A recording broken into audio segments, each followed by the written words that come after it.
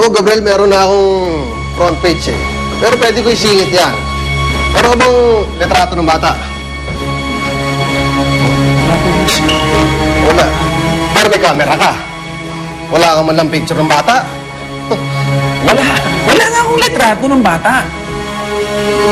O sige, describe mo na lang sa akin yung itsura ng bata. Meron ba siyang nodal, balat, o may kakaiba ba sa kanya? Wala po siya. Paano yan? Wala pa lang litrato eh. Wala eh. Walang kakaiba sa kanya. Isa lang siyang ordinaryong sanggol na babae. Mangha talaga ang pagsasanib ng dalawang lahi sa'yo. Hindi ako nagkamali sa pagpili sa nanay mo. Ama? Sino ang aking ina, Ama? Nasaan siya? Huwag mo nang tanungin. Wala na siya. Ako ang mag-aalaga sa'yo.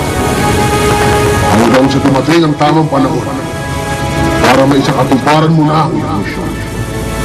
Sa tingin ko, hindi magtatagal at magiging handa ka na. Nagugutom ako. Nakawan, samahan mo ang aking anak. Turuan mo siya kung paano mabuhay sa mundo natin.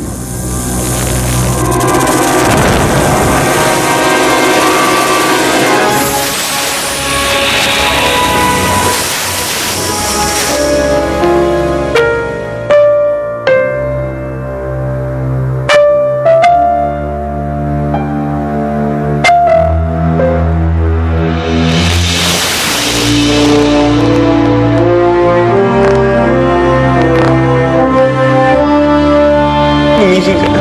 Naman mo yung lason. Ako ko sa'yo. Gumaling ka lang. Hindi na kita guguluhin pa. Gagawin ko kahit ano. Papagaling lang si Narda. Kahit ano? Ikaw. Eh, bakit ka nagpapaalam mo sa akin, Eduardo? Tama ka na, nilayo mo. Tama ka na, sinabi mo na. Hindi ako lalaki para sa'yo. Hindi ikaw ang babae para sa akin. Kalimutan mo na ako, Narda. Eduardo, di ba ang sabi mo sa akin, mahal mo ako?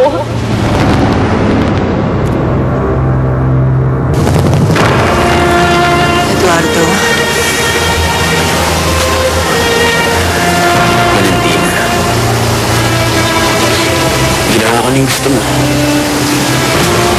Nagpaalam na kay Narda. Salamat, Eduardo. Ako, hindi ka magsisisi. Gagawin ko ang lahat para mahalin mo ako.